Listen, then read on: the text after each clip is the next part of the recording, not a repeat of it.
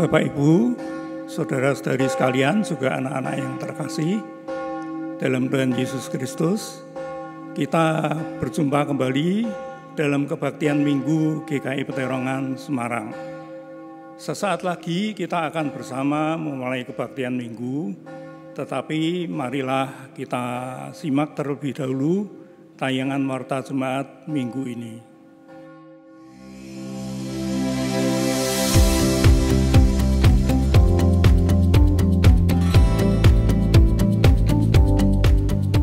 Komisi Dewasa Muda mengadakan sebuah webinar yang akan membahas seputar masalah finansial, juga peluang-peluang yang ada dalam situasi pandemi akhir-akhir ini. Dengan tema, Bijak Mengatur Keuangan di Era New Normal, bersama Ibu Ervina Christy, Certified Financial Planner dan pakar Personal Finance, pada hari Jumat, 17 Juli 2020, pukul 19 sampai dengan selesai, melalui aplikasi Zoom. Gratis dan terbuka untuk umum. Pendaftaran dapat dilakukan melalui kontak person berikut: Feby 0813 90 400 982 dan Vano 0821 36 500 688. Lihat info lebih lanjut pada publikasi yang disebarluaskan. Meski kita belum dapat beribadah bersama di gedung gereja, Bapak Ibu Saudara juga rekan-rekan muda dan anak-anak sekalian dapat tetap mengikuti kebaktian Minggu di rumah masing-masing melalui tuntunan media-media yang ada di tiap minggunya. Kebaktian anak dihadirkan dalam dua kelas yang berbeda, kelas besar dan kelas kecil. Keduanya dapat diakses melalui kanal YouTube GKI Peterongan sepanjang hari, mulai dari pukul 6 pagi. Kebaktian remaja dan pemuda mengikuti tayangan ibadah yang ada di kanal YouTube Ignite GKI, youtube.com/ignite-gki. Tayangan ibadah dapat diakses mulai dari pukul 10 pagi. Kebaktian umum dapat diikuti melalui 6 cara berikut. Melalui kanal YouTube GKI Peterongan sepanjang hari mulai dari pukul 6 pagi. Melalui radio Iktus 96,5 FM pada pukul 17 sore. Melalui audio streaming di radio.gkipeterongan.org pada pukul 6 pagi, 8.30 pagi, dan 17 sore. Melalui aplikasi GKI Peterongan dalam menu rekaman khotbah di sepanjang hari. Juga melalui Spotify GKI Peterongan dan Apple Podcast GKI Peterongan yang tersedia mulai dari pukul 6 pagi. Kiranya Tuhan memberkati kita sekalian.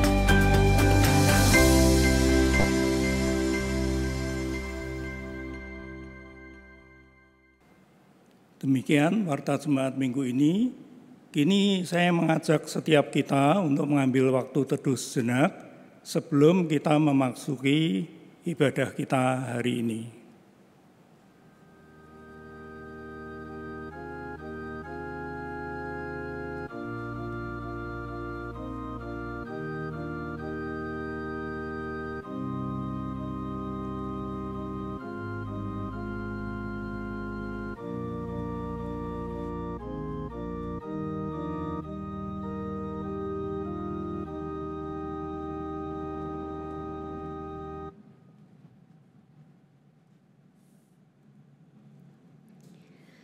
Jemaat yang dikasihi Tuhan, ibadah ini berlangsung di dalam nama Bapa, Anak, dan Roh Kudus. Salam sejahtera bagi saudara sekalian di dalam nama Tuhan. Amin. Saudara, masih di bulan Juli ini di mana GKI Peterongan merayakan bulan persahabatan dengan tema-tema mingguan yang terkait dengan tema persahabatan. Hari ini tema kita adalah tentang Ayub dan para sahabatnya. Penghibur sejati versus penghibur sialan. Bagi kita mungkin kata penghibur sialan terdengar kurang nyaman untuk dipakai apalagi di dalam kalimat tema ibadah. Tetapi rupanya inilah istilah yang dipakai Ayub dalam Alkitab untuk menyebut sahabat-sahabatnya. Hari ini kita mau belajar untuk menjadi sahabat-sahabat sejati, bukan penghibur yang menyedihkan sahabat-sahabat kita. Dan mari saat ini kita bersama dengan sahabat-sahabat kita dalam keluarga dan persekutuan jemaat kita, memuji nama Tuhan. Kita masuk rumahnya.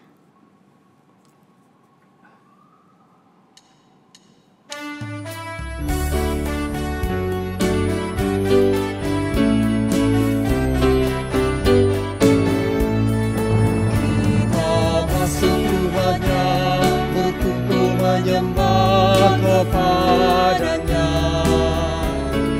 kita masuk rumahnya, berkumpul menyembah kepadanya. Kita masuk rumahnya, berkumpul menyembah kepada Kristus, menyembah Kristus Tuhan. Lupakanlah dirimu, arahkan hatimu kepadanya. Lupakanlah dirimu, arahkan hatimu kepadanya. Lupakanlah dirimu, arahkan hatimu kepada Kristus, menyembah Kristus Tuhan.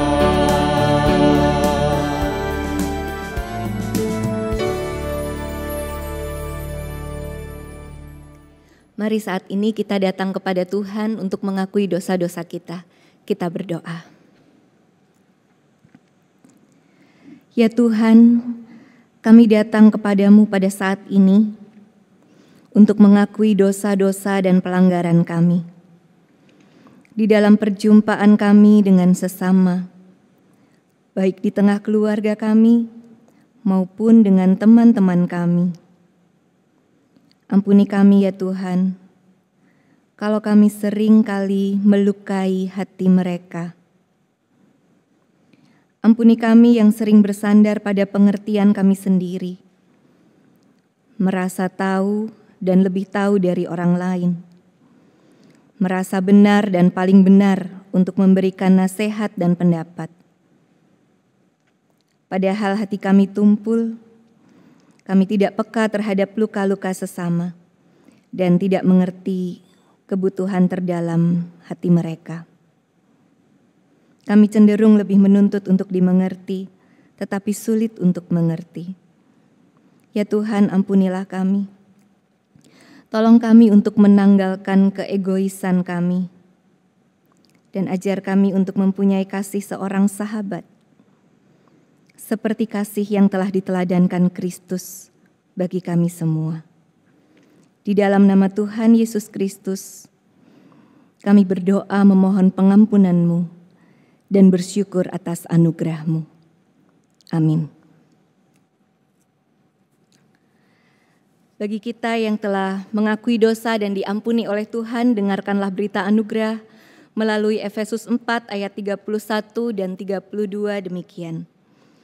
Segala kepahitan, kegeraman, kemarahan, pertikaian, dan fitnah hendaknya dibuang dari antara kamu. Demikian pula segala kejahatan. Tetapi hendaklah kamu ramah seorang terhadap yang lain, penuh kasih mesra dan saling mengampuni, sebagaimana Allah di dalam Kristus telah mengampuni kamu. Syukur kepada Allah bahwa di dalam Kristus kita semua telah diampuni.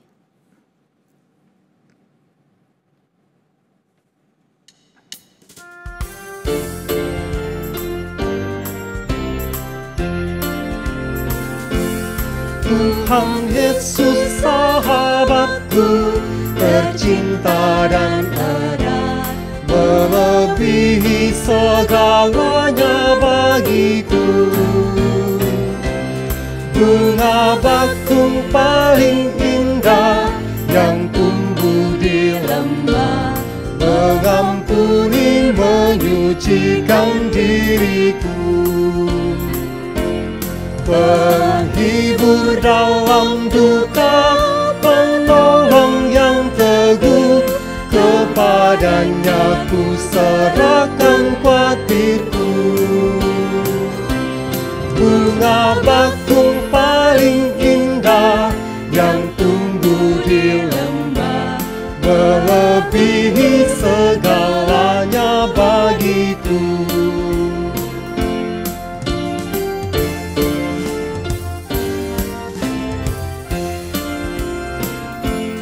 Di setiap pencobaan dan duka batinku, Ia benteng dan perisaiku tetap.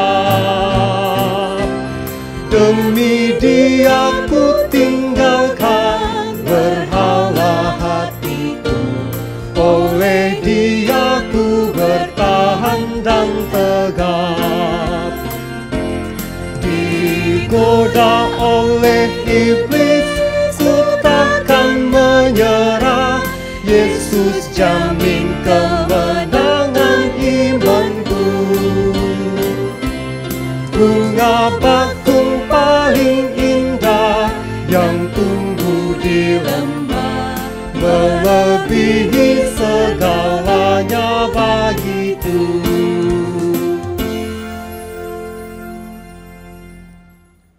Sebelum kita membaca dan merenungkan firman Tuhan, mari kita berdoa. Ya Tuhan, Engkau telah memberikan nyawamu untuk keselamatan kami, orang-orang berdosa yang Kau panggil sebagai sahabat.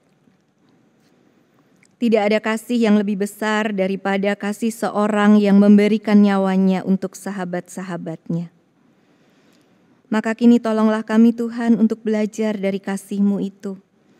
Melalui bacaan firman Tuhan hari ini, tolonglah kami untuk semakin belajar menjadi sahabat yang baik, yang tidak menuntut, menghakimi, atau bahkan menambah luka sesama, melainkan ikut memulihkan dan menyemangati mereka.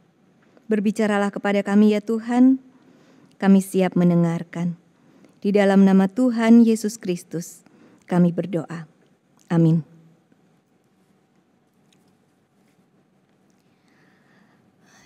Bacaan firman Tuhan pada hari ini terambil dari kitab Ayub pasal yang ke-16 ayat 1 sampai 22. Ayub pasal 16 ayat 1 sampai 22 yang mengatakan demikian. Tetapi Ayub menjawab, hal seperti itu telah acap kali ku dengar, penghibur sialan kamu semua. Belum habiskah omong kosong itu? Apa yang merangsang engkau untuk menyanggah? Aku pun dapat berbicara seperti kamu sekiranya kamu pada tempatku. Aku akan menggubah kata-kata indah terhadap kamu dan menggeleng-gelengkan kepala atas kamu. Aku akan menguatkan hatimu dengan mulut dan tidak menahan bibirku mengatakan belas kasihan. Tetapi bila aku berbicara, penderitaanku tidak menjadi ringan. Dan bila aku berdiam diri, apakah yang hilang daripadaku? Tetapi sekarang, Ia telah membuat aku lelah dan mencerai-beraikan segenap rumah tanggaku. Sudah menangkap aku. Inilah yang menjadi saksi. Kekurusanku telah bangkit menuduh aku. Murkanya menerkam dan memusuhi aku. Ia menggertakkan giginya terhadap aku. Lawanku memandang aku dengan mata yang berapi-api. Mereka mengangakan mulutnya melawan aku, menampar pipiku dengan cercaan, dan bersama-sama mengerumuni aku. Allah menyerahkan aku kepada orang lalim, dan menjatuhkan aku ke dalam tangan orang fasik. Aku hidup dengan tentram, tetapi Ia menggelisahkan aku. Aku ditangkapnya pada tengkukku, lalu dibantingnya, dan aku ditegakkannya menjadi sasarannya. Aku dihujani anak panah, Ginjalku ditembusnya dengan tak kenal belas kasihan. Empeduku ditumpahkannya ke tanah. Ia merobek-robek aku, menyerang aku laksana seorang pejuang. Kain kabung telah kujahit pada kulitku, dan tandukku kumasukkan ke dalam debu. Mukaku merah karena menangis, dan bulu mataku ditudungi kelam pekat. Sungguh pun tidak ada kelaliman pada tanganku, dan doaku bersih. Hai bumi, janganlah menutupi darahku, dan janganlah kiranya teriakku mendapat tempat perhentian. Ketahuilah sekarang pun juga saksiku ada di sorga, yang memberi kesaksian bagiku ada di tempat yang tinggi. Sekalipun aku dicemoohkan oleh sahabat-sahabatku, namun ke arah Allah mataku menengadah sambil menangis, supaya Ia memutuskan perkara antara manusia dengan Allah, dan antara manusia dengan sesamanya. Karena sedikit jumlah tahun yang akan datang, dan aku akan menempuh jalan dari mana aku tidak akan kembali lagi. Demikianlah firman Tuhan.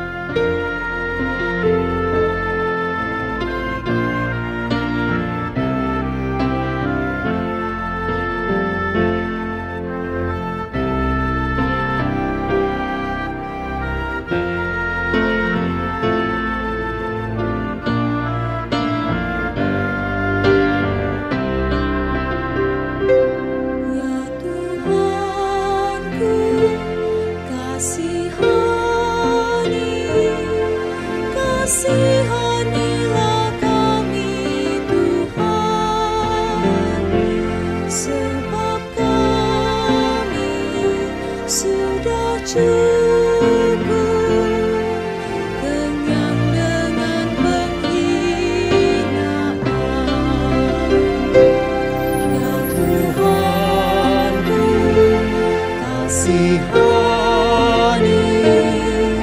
kasihanilah kami Tuhan, sebab kami sudah cukup kenyang dengan penghinaan.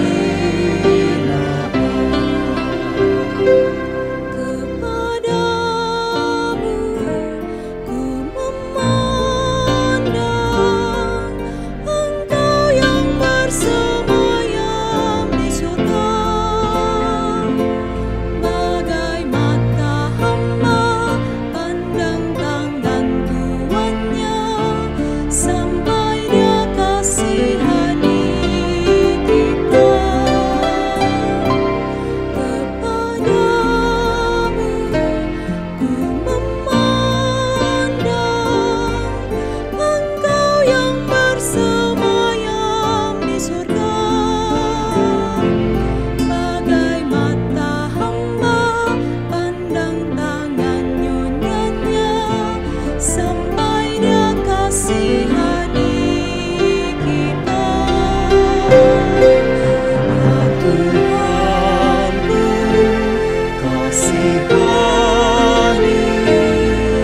kasihanilah kami Tuhan, sebab kami sudah cukup kenyang dengan penghinaan. Jiwa kami sudah cukup kenyang diolok juga dihina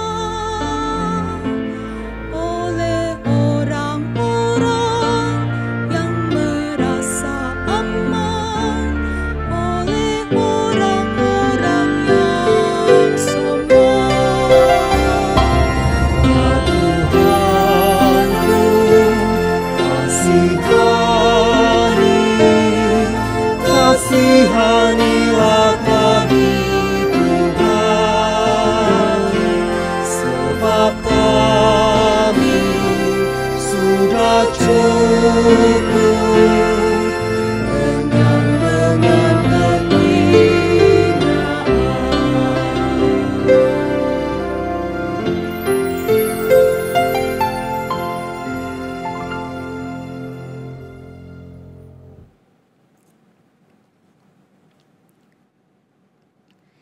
Bapak Ibu Saudara yang terkasih dalam Tuhan, setiap kali kita berbicara tentang Ayub, rasanya kita tidak bisa melompati topik tentang kehilangan.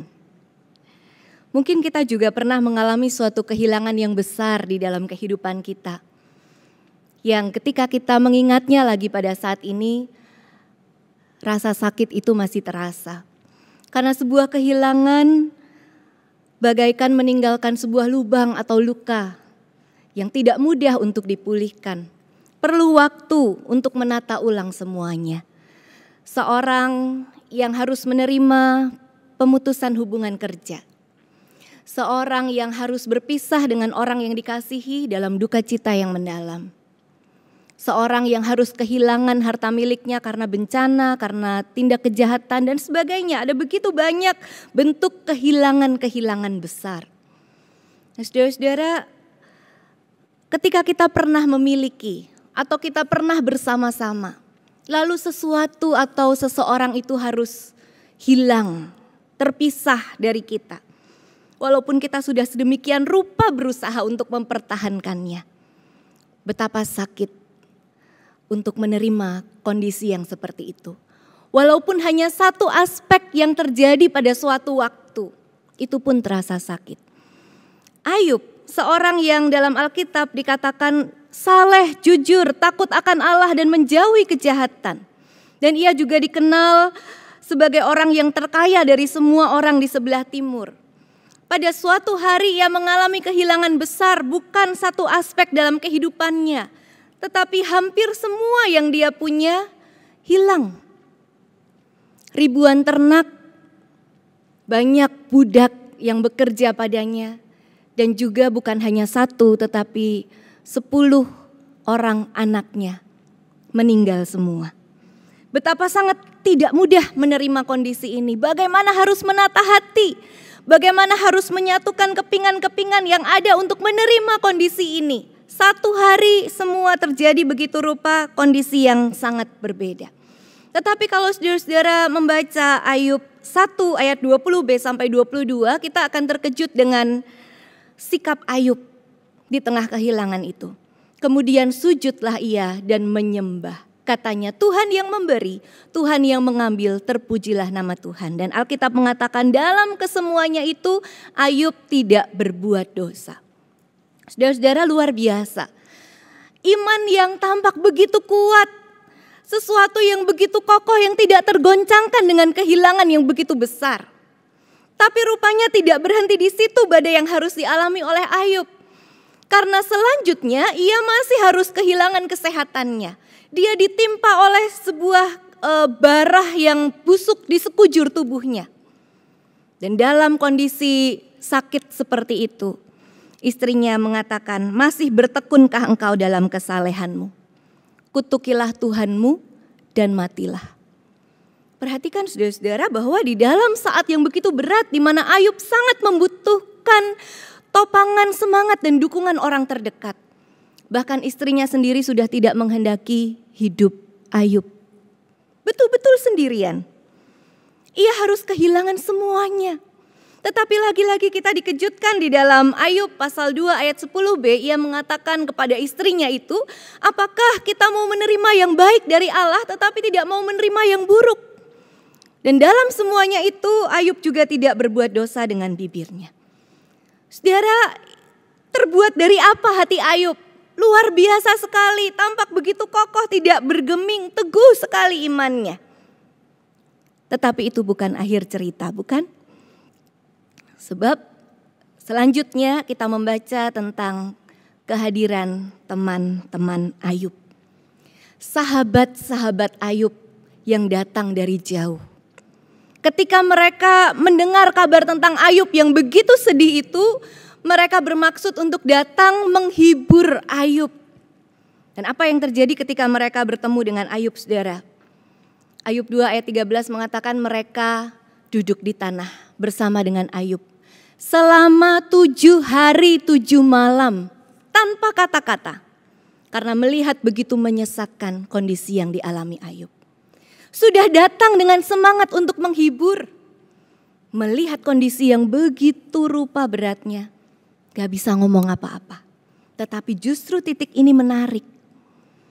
Karena kalau kita melihat rangkaian cerita ini, setelah dia duduk 7 hari 7 malam bersama dengan sahabat-sahabatnya tanpa kata-kata, disitulah awal mula dari Ayub membuka suaranya. Hanya duduk diam bersama-sama dengan Ayub, ternyata para sahabat ini menghadirkan sebuah kondisi yang menenangkan, yang cukup membantu untuk membuka apa yang sebetulnya ada di dalam hati Ayub. Dan disitulah Ayub mulai mengatakan bahwa sebetulnya semua yang terjadi dalam kehidupannya itu sangat berat.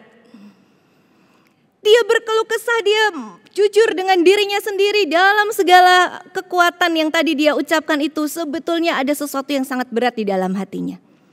Dan sahabat-sahabatnya mendengarkannya. Di dalam segala kehilangan yang dialami oleh Ayub, hati Ayub sangat sesak. Kata-katanya mencerminkan kesedihan, mencerminkan ketidakmengertian. Bahkan kalau saudara baca banyak ayat yang seperti ini. Misalnya dalam pasal 3 ayat 3, Ayub mengutuki hari kelahirannya. Dalam pasal 10 dikatakan, aku bosan hidup, biarkan aku berbicara di dalam kepahitan jiwaku. Sudah pahit sekali hidupnya, saudara-saudara. Begitu tidak mengerti apa yang harus dilakukan di tengah-tengah situasi yang seperti itu dan mengapa semua itu terjadi. Tetapi kemudian muncul masalah baru. Justru ketika Ayub mulai mengatakan semua keluh kesahnya itu, sahabat-sahabatnya tidak bisa diam lagi. Sahabat-sahabatnya mulai berbicara. Masalah baru muncul ketika sahabat-sahabatnya menanggapi keluh kesahnya Ayub. Mari kita lihat sepintas saudara-saudara dari 3 sahabat Ayub yang datang. Yang pertama adalah Elifas. Elifas ini adalah yang paling senior, yang paling tua di antara mereka. Dan ia yang memulai pembicaraan itu terlebih dahulu untuk menanggapi keluh kesah Ayub. Secara umum, teologi Elifas berbicara seputar orang mengalami sesuatu itu karena apa yang telah ditabur di masa lalu. Jika seseorang hidupnya baik di hadapan Tuhan, maka ia tidak akan ditimpa kesusahan besar. Jadi apa yang terjadi dalam hidup Ayub itu pastilah sebuah hal yang ditabur oleh Ayub sebelumnya. Pasti ada kesalahan, pasti ada dosa, pasti ada yang harus diperbaiki. Orang menuai apa yang ditaburnya. Sahabat yang kedua bernama Bildad. Bildad ini percaya bahwa Allah tidak mungkin membelokkan kebenaran dan keadilan. Allah tidak akan membiarkan orang benar mengalami kesusahan. Kalimatnya sedikit berbeda dari Elifas, tetapi kurang lebih teologianya sama. Dan dengan demikian Bildad menuduh Ayub sudah berbuat curang di hadapan Allah. Karena tidak mungkin kesusahan yang besar itu terjadi kalau dia tidak melakukan sebuah kecurangan dan kejahatan. Itu teori Bildad dalam teologianya. Kemudian satu lagi adalah Sofar. Pendapat Sofar adalah jika engkau menjauhkan diri dari kejahatan, pasti hidupmu itu akan cemerlang. Mirip juga saudara. Maka Sofar menganggap Ayub sebagai orang yang tidak memahami Allah. Kata-kata Ayub hanyalah bualan dan ia pasti sudah berbuat kefasikan. Maka Sofar dengan sangat jelas menyuruh Ayub untuk bertobat. Bapak Ibu Saudara bisa bayangkan kalau kita di dalam kondisi yang begitu terpuruk, kita mengalami sebuah kehilangan, kita perlu teman yang menguatkan. Teman-teman kita hadir, tapi malah mengatakan hal-hal yang seperti ini. Menanyai kita, kamu ini berbuat salah apa? Kok sampai mengalami yang seperti ini? Seperti apa perasaan kita Bapak Ibu Saudara? Apakah cukup membantu sahabat-sahabat yang seperti ini? Sementara Ayub masih berusaha untuk memahami, untuk menerima, untuk tetap bersandar pada Tuhan dalam ketidakmengertiannya. Sahabat-sahabatnya datang yang katanya mau menghibur itu, tapi justru mereka sibuk untuk menuduh Ayub. Mereka seolah menyimpulkan satu hal, bahwa yang diperlukan Ayub adalah perbaikan. karena ada sesuatu yang salah. Dan perkataan-perkataan ini bukannya menghibur Ayub, tetapi justru melukai dia lebih dalam. Bapak Ibu Saudara, kurang lebih percakapan seperti itu yang terjadi sampai pasal ke-15. Sehingga kita bisa memahami apa yang dikatakan oleh Ayub dalam bagian yang tadi kita baca di pasal yang ke-16. Dalam pasal 16 ayat yang kedua yang juga kita kutip menjadi bagian dari tema kita, Ayub mengatakan, penghibur sialan kamu semua. Dalam bahasa Inggris dipakai kata miserable comforters. Penghibur-penghibur yang menyedihkan. Seolah Ayub ingin mengatakan lebih baik kalian diam saja, tidak usah bicara daripada bicara tetapi semakin melukai, sama sekali tidak membantu.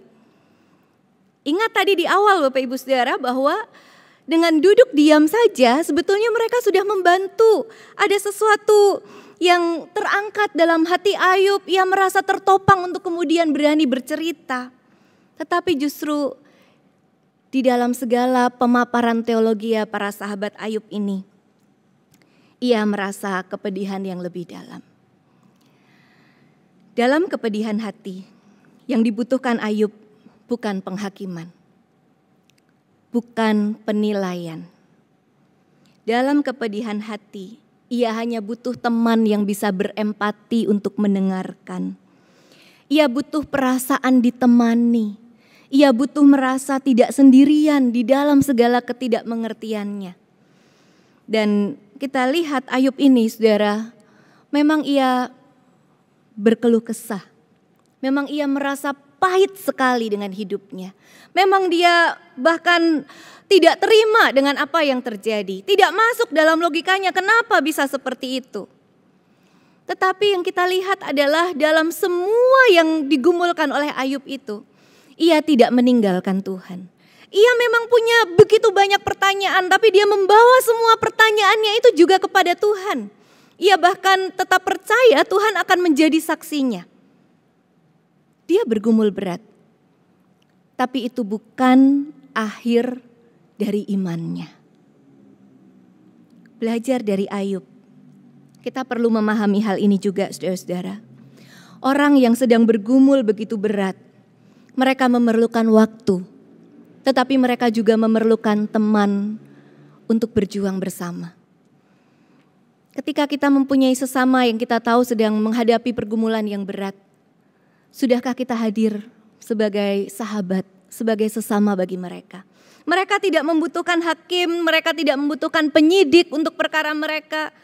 Mereka membutuhkan teman untuk mendengarkan. Bahkan kita juga tidak punya hak untuk menilai iman mereka. Walaupun kita merasa lebih senior, lebih berpengalaman, lebih punya pengetahuan, kita tidak punya hak untuk menilai iman orang lain. Dan setiap orang tidak bisa dipaksa untuk segera bisa menerima keadaan yang terjadi. Setiap orang tidak bisa diberi batas dalam jangka waktu tertentu, pokoknya kamu sudah harus move on. Kalau tidak berarti kamu lemah imannya, kamu tidak percaya Tuhan. Gak bisa, saudara. Lihatlah Ayub yang dianggap salah oleh sahabat-sahabatnya, yang dianggap harus bertobat, yang bahkan kalau kita melihat pertanyaan-pertanyaan Ayub kepada Tuhan, mungkin kita pun juga sekilas mengatakan, kok seperti itu ya? Orang percaya kepada Tuhan kok tampak lemah ya? Masa kepada Tuhan sampai berbicara seperti itu? Sedangkan di sisi lain para sahabat Ayub menasehati dengan firman. Tampak kuat. Tapi kalau kita melompat jauh ke pasal 42. Setelah Ayub dipulihkan oleh Tuhan, kita tahu ending cerita ini. Ada satu bagian ketika Tuhan mengatakan kepada Elifas, engkau dan 2 sahabatmu tidak berkata benar tentang aku. Saudara-saudara, ini adalah teguran yang sangat keras dari Tuhan. Elifas, Bildad, dan Sofar memakai firman Tuhan untuk menasehati Ayub. Tetapi ternyata Tuhan tidak berkenan dengan 3 sahabat Ayub ini yang memakai firman Tuhan dengan cara seperti itu. Jadi bukan hanya Ayub mengatakan mereka penghibur sialan, tetapi Tuhan pun tidak sepakat dengan cara mereka menasehati dan menghibur Ayub dalam kesesakannya. Karena kalau menggunakan firman Tuhan, mestinya tidak membuat orang lain merasa lebih terbebani dan lebih menderita. Ada sesuatu yang salah. Dalam cerita ini kita bisa belajar untuk berhati-hati saudara-saudara akan dua kecenderungan yang gampang sekali terjadi dalam relasi kita dengan sesama bahkan dengan sahabat-sahabat kita. Yang pertama adalah hati-hati dengan kecenderungan untuk mengutip hanya sebagian kebenaran. Apa yang dikatakan oleh Elifas sebetulnya tidak semuanya salah, saudara. Misalnya tentang hukum tabur tuai itu. Setiap orang akan menuai apa yang pernah dia tabur. Beberapa kitab yang lain mencatat hal itu juga. Pengkhotbah, Mazmur, bahkan Paulus dalam surat Galatia. Sebuah kebenaran bahwa orang akan menuai apa yang ditaburnya. Tetapi ketika ini dipakai dengan makna yang lebih sempit untuk tujuan-tujuan menghakimi, mengeneralisasi semua kejadian dari poin ini, maka bisa menjadi tidak relevan, tidak menjawab kebutuhan, bahkan bisa melukai. Sebab dalam peristiwa kehilangan yang dialami oleh Ayub, kita membaca dalam Ayub pasal pertama bahwa itu terjadi bukan karena dosa Ayub, tetapi karena iblis yang mempertanyakan kesalehan Ayub kepada Tuhan. Dia saleh karena kau beri banyak hal. Dan Tuhan mengatakan, silakan berbuat sesuatu asal sayangkan nyawanya. Jadi bukan karena Ayub berdosa, maka Ayub mengalami semua kehilangan itu. Dalam hal ini, kebenaran yang hanya dikutip sebagian itu menjadi sesuatu yang bahkan tidak dirasa sebagai kebenaran. Banyak contohnya dalam kehidupan sehari-hari, Bapak Ibu Saudara. Mungkin kita pernah bertemu dengan orang-orang yang hancur hatinya, mungkin karena duka cita. Mungkin juga karena pergumulan-pergumulan yang lain. Sampai di titik di mana mereka mengatakan sudah gak bisa lagi berdoa. Setiap hari masih terus saja menangis. Lalu kita bilang, anak Tuhan kok seperti itu? Harus kuat. Di mana imanmu? Saudara, mengingatkan sesama kita untuk kuat di dalam Tuhan adalah sebuah kebenaran. Firman Tuhan mengatakan hendaklah kamu kuat di dalam Tuhan, dalam kekuatan kuasanya. Tetapi kalau itu kemudian kita pakai untuk meniadakan aspek lain, meniadakan makna Allah yang mengerti kepedihan hati seseorang, meniadakan makna Allah yang mengerti bahasa tetesan air mata, Allah yang tidak membuang umatnya dalam kehancuran hati, maka sebagian kebenaran itu bisa menjadi sesuatu yang justru melemahkan sesama kita, menambah penderitaan mereka. Oh, ternyata aku ini kok enggak kuat ya. Ternyata aku ini kok sangat lemah ya. Ternyata betul aku ini tidak beriman ya. Saudara-saudara, kecenderungan mengutip hanya sebagian kebenaran berbahaya. Lihatlah Allah yang mendengarkan keluh kesah Ayub dengan sabar. Dan bahkan ia berdialog dengan Ayub. Seperti seorang konselor yang mendengarkan orang yang sedang bercerita untuk berjuang memahami apa yang terjadi di dalam kehidupannya. Bukan justru menghakimi seperti 3 orang sahabat Ayub tadi. Warning yang kedua, saudara, hati-hati dengan kecenderungan merasa tahu dan cepat-cepat menasehati untuk menyelesaikan masalah. Padahal yang diperlukan sebetulnya adalah teman yang mau mendengar dengan empati. Banyak terjadi dalam relasi persahabatan atau juga dalam relasi orang tua dengan anak. Anak baru cerita sedikit, belum sampai seperempatnya orang tua sudah punya solusi. Bukan ajaib, saudara-saudara. Orang tua merasa tahu, oh sudah tahu ini pasti begini masalahnya, kamu harus begini. Anak merasa orang tua tidak mau tahu. Maka masalah menjadi lebih besar, luka menjadi lebih bertambah. Contoh-contoh yang lain, anak-anak remaja yang dicap pemberontak karena sering tidak menurut kepada orang tuanya. Padahal ternyata setelah digali lebih lanjut, mereka memiliki luka-luka yang besar. justru terhadap orang tuanya sendiri. Anak-anak yang dicap pemalas, tidak mau belajar. Padahal sebetulnya mereka sedang kewalahan mengatasi ketakutan karena bullying yang dihadapi di sekolah. Berbahaya saudara-saudara ketika kita cenderung merasa tahu dan cepat-cepat menasehati tanpa mendengar dengan empati. Justru bisa salah langkah. Nah saudara, seorang yang berempati tidak berarti harus setuju semua yang dikatakan oleh orang itu. Tidak berarti harus selalu sepakat, walaupun salah-salah juga kita terima karena kita berempati. Tidak. Seorang yang berempati saat dia berbicara, bahkan saat dia menegur, dia tidak merasa lebih tahu atau lebih hebat. Ada saatnya untuk berbicara, ada saatnya untuk menegur dan mengingatkan. Tapi pada saat itu dilakukan, dia tidak merasa lebih hebat dari sesamanya. Dan sosok sahabat yang penuh empati ini datang bagi Ayub dalam diri Elihu. Ia percaya bahwa Tuhan itu tidak terbatasi dengan cara hadirnya. Ia percaya bahwa Tuhan itu tidak terbatasi rencananya. Terkadang tidak masuk dalam logika kita. Cara memberkati umat juga terkadang kita tidak mengerti. Elihu berkata kepada Ayub, sesungguhnya bagi Allah aku sama dengan engkau, aku pun dibentuk dari tanah liat.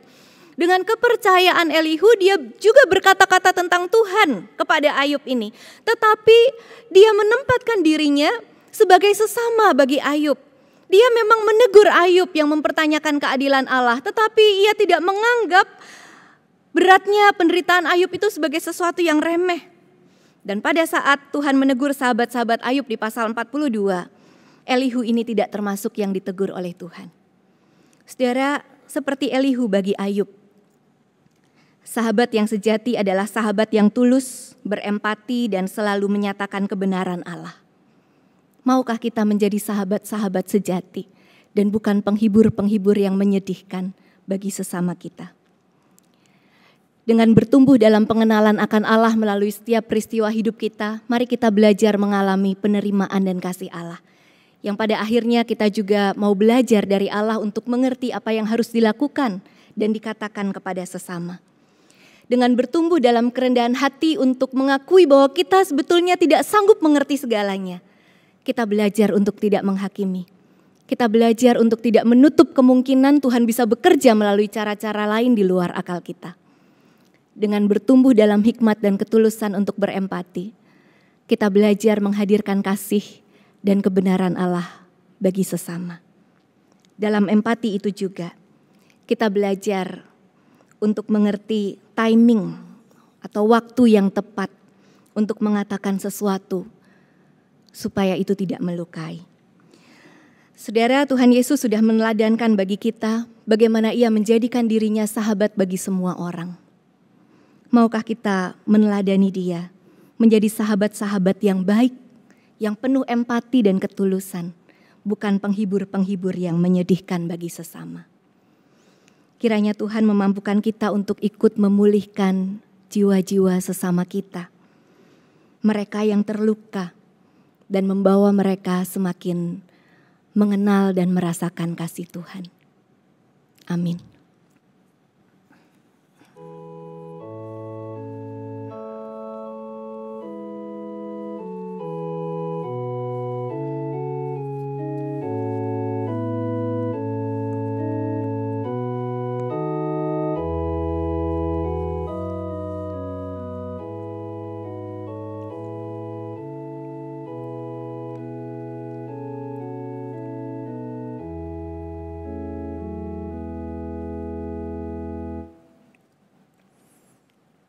Marilah jemaat dengan hati terarah kepada Kristus, kita ikrarkan kembali janji baptisan kita menurut pengakuan iman rasuli yang berbunyi demikian.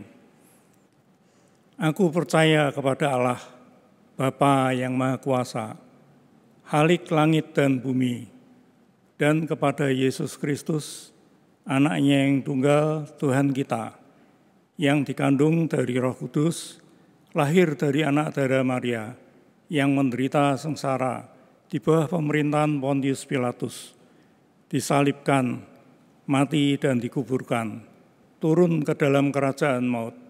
Pada hari yang ketiga, bangkit pula dari antara orang mati, naik ke surga, duduk di sebelah kanan Allah, Bapa yang Maha Kuasa, dan dari sana ia akan datang untuk menghakimi orang yang hidup dan yang mati. Aku percaya kepada Roh Kudus, gereja yang kudus dan am, persekutuan orang kudus, pengampunan dosa, kebangkitan orang mati, dan hidup yang kekal. Amin.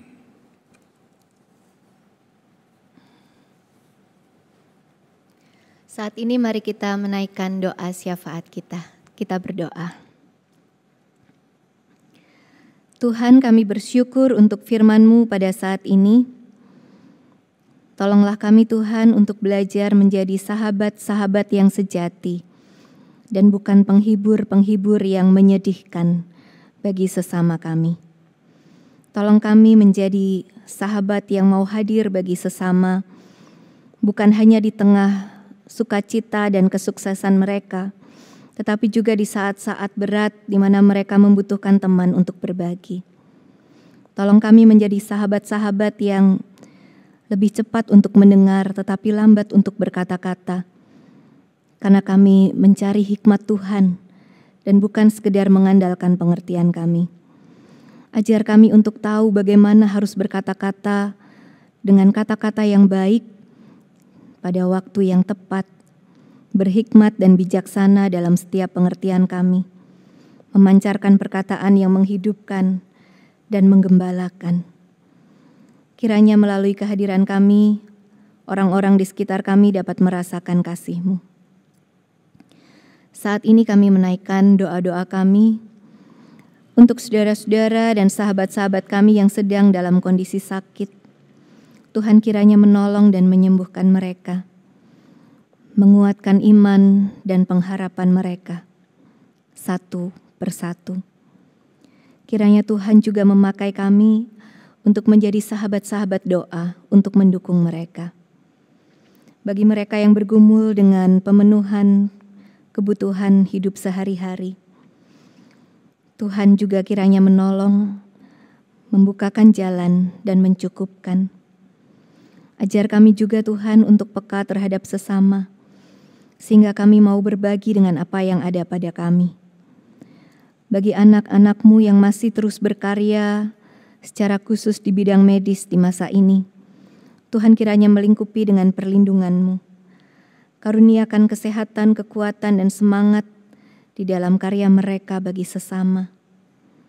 Dan juga bagi gereja-Mu ini, kiranya Tuhan terus memberkati kami, sehingga walau pada saat ini kami belum memulai persekutuan-persekutuan dengan tatap muka, tetapi iman dan persaudaraan kami tetap terpelihara.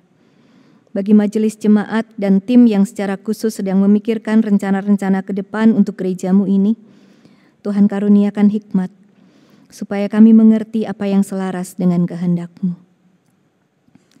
Bagi bangsa kami dan bagi dunia ini yang masih terus berjuang melawan virus corona, Tuhan kiranya menolong kami semua.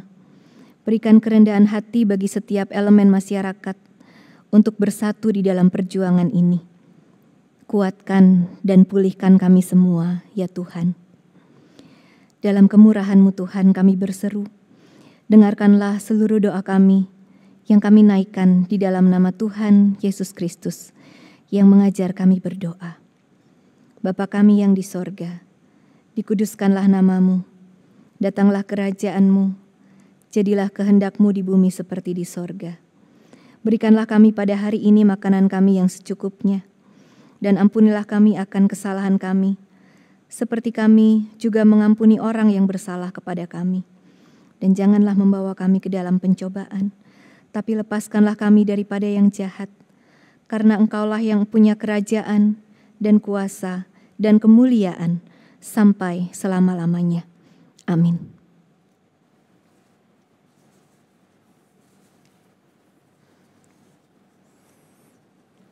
Jemaat Tuhan, kini kita bersama-sama diajak untuk menyatakan syukur kita kepada Tuhan melalui persembahan.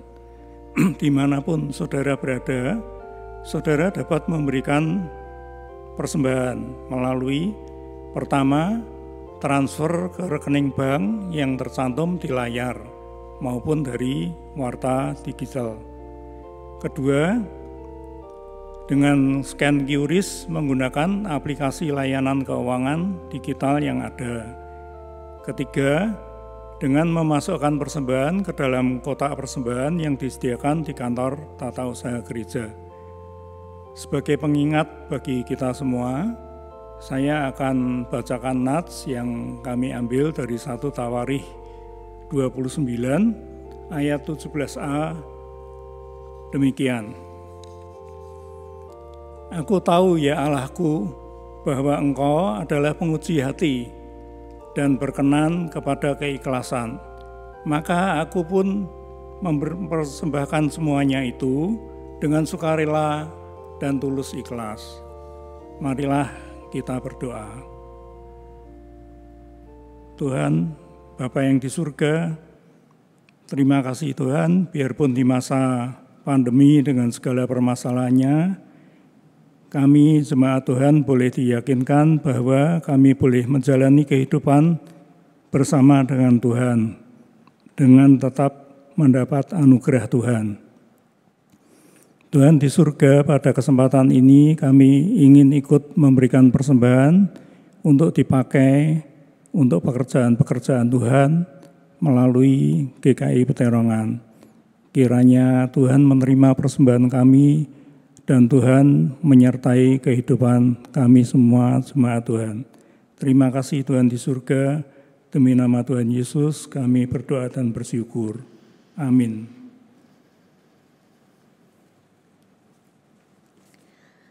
Saudara, kita diutus untuk menjadi sahabat-sahabat yang baik bagi sesama kita, meneladani kasih Kristus, Sang Sahabat yang sejati. Dengan semangat persahabatan, mari kita membangun komunitas kita menjadi seperti rumah yang menyambut semua orang. Marilah kita membangun rumah yang aman bagi semua.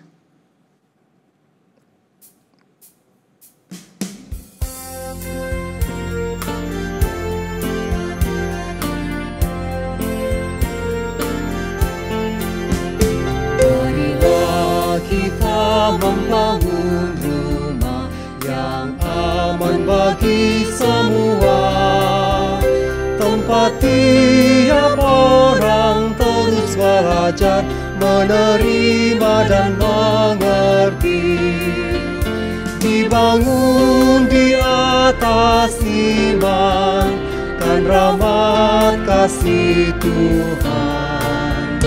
Kasih-Nya rentukan pembedaan, mari datang semua orang, kau disambut di sini.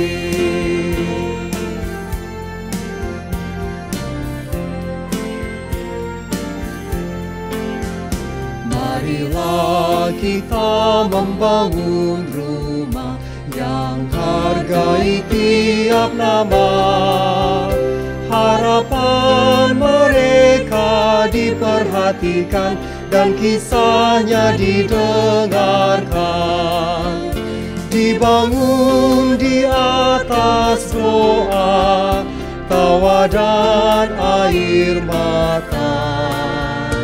Bersehati kita terus serukan, mari datang semua orang, kau disambut di sini.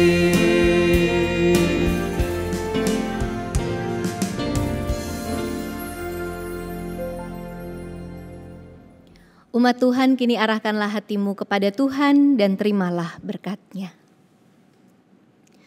Tuhan memberkati engkau dan melindungi engkau. Tuhan menyinari engkau dengan wajah-Nya dan memberi engkau kasih karunia-Nya. Tuhan menghadapkan wajah-Nya kepadamu dan memberi engkau damai sejahtera-Nya saat ini sampai selama-lamanya. Amin.